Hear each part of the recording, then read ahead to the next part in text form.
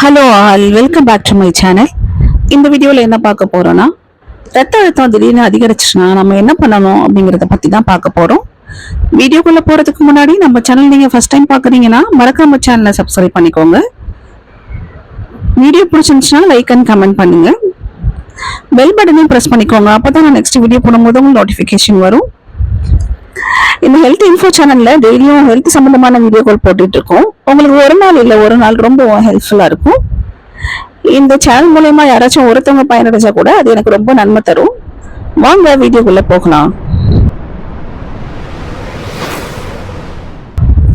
ரத்த அழுத்தம் அதிகரிப்பது மற்றும் குறைவது ரெண்டுமே ஆரோக்கியத்திற்கு ரொம்பவும் தீங்கு விளைவிக்குது. ரத்த அழுத்தம் திடீர்னு அதிகரிச்சுட்டா என்ன செய்யணும் என்பதை பத்தி பார்க்கலாம். ஃபர்ஸ்ட் தண்ணீர் குடிக்கணும். திடீர் உயர் ரத்த அழுத்தம் பிரச்சனை ஏற்பட்டால் உடனடியா ஒரு கிளாஸ் தண்ணீர் குடிச்சிடுங்க. இது உங்களை பெரிய அளவுல நிம்மதியா உணர வைக்கும். செகண்ட் குளிச்சிடுங்க. திடீர் உயர் ரத்த அழுத்த பிரச்சனை ஏற்பட்டால் குளிக்கலாம். குளிப்பது உடலின் தசைகளை தளர்த்தி ரத்த ஓட்டத்தை மேம்படுத்துது. இதன் காரணமா ரத்த அழுத்தம் குறையுது. தேர்ட் ரத்த அழுத்தம் திடீர்னு அதிகரிச்சுன்னா நம்ம படுத்துறணும். ரத்த அழுத்தம் அதிகமா இருந்தா உடனே படுத்துடுங்க. இதனால உடலுக்கு நிவாரணம் கிடைப்பதுடன் ரத்த அழுத்தம் சீராகுது. நெக்ஸ்ட் ஆழ்ந்த மூச்சு. மன அழுத்தம் காரணமாக உயர் ரத்த அழுத்தம் ஏற்பட்டால் நீண்ட மற்றும் ஆழமான சுவாசத்தை எடுத்துக்கோங்க. இது பெரிய அளவுல நமக்கு நிவாரணம் அளிக்குது. நெக்ஸ்ட் டார்க் சாக்லேட் சாப்பிடுங்க. டார்க் சாக்லேட்டில் ஃபிளவனாய்டுகள் இருப்பதால் அது உண்பதால உயர் ரத்த அழுத்தம் குறைஞ்சி நமக்கு நிவாரணம் அளிக்குது. நெக்ஸ்ட் எலுமிச்சை தண்ணீர் குடிங்க.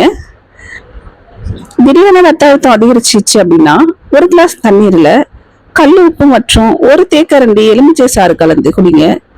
இது உங்களுக்கு நிவாரணம் அளிக்கும். மேலும் இது அனைத்தையும் கவனத்துல வச்சுக்கோங்க. உப்பு சாப்பிட்றத குறைச்சிக்கோங்க. எடையை கட்டுக்குள்ள வச்சுக்கோங்க. மன அழுத்தத்துல இருந்து கொஞ்சம் விலகி இருங்க. உடற்பயிற்சி, போதுமான தூக்கம் ரெண்டுமே கடைபிடிங்க. புகைப்பிடித்தல் மற்றும் மது அருந்தல் பழக்கத்தை விட்டு விடுங்க. குறைந்த கலோரி உணவுகளை சாப்பிடுங்க. மேலும் நீங்க சரிவிகித உணவு எடுத்துக்கிட்டீங்கன்னா உங்களுக்கு ரொம்பவும் நல்லது. ஸோ இதெல்லாம் ஃபாலோ பண்ணுங்க.